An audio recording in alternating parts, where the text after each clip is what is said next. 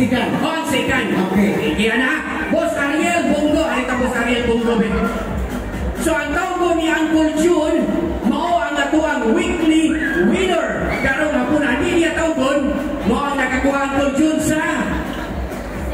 Ang nakakuha sa second place. Ang hindi matawag. Sige. Kasi maglipog ko, ako na ni box.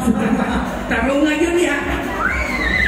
Kaya ito pagkataho balik ha. Our first place winner, Gitaganong grado sa atong mga hurado with average of 88%. Kinsa ka ha.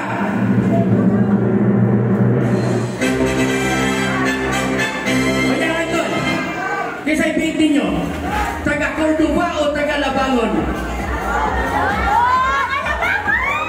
Ang taas o ang mubo? Ang taas o ang mubo? Ang taas, ma'am? Taas. Taas, mubo. Labangon.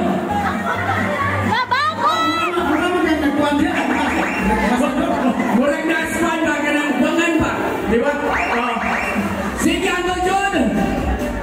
Atong first place winner, Gitaganong grado sa atong mga hurado with average of 88%. Congratulations!